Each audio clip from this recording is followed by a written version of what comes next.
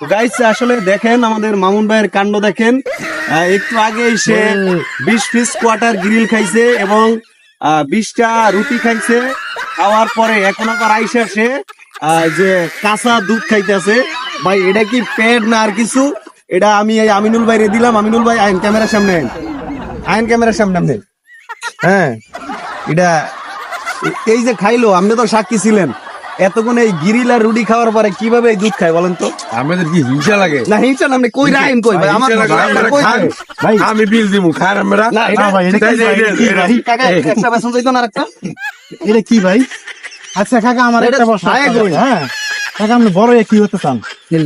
আমার এখন চট্টগ্রামে মাটি যোগ যাইতেছে, হ্যাঁ কাকা কাকা কাকা বড় হয়ে কি হইতেছেন? মাটি নিতে যাইতেছে। কাকা বড় হয়ে মাটির নিচে যাইতে চায়। ইমান নিয়ে এটা কোনো তারা কথা হইলো? মৃত্যুবরণ করতে পারি কাকা, এই বড় কথা। তো কাকা খুব সুন্দর একটা কথা কইছে, গুরুত্বপূর্ণ। বড়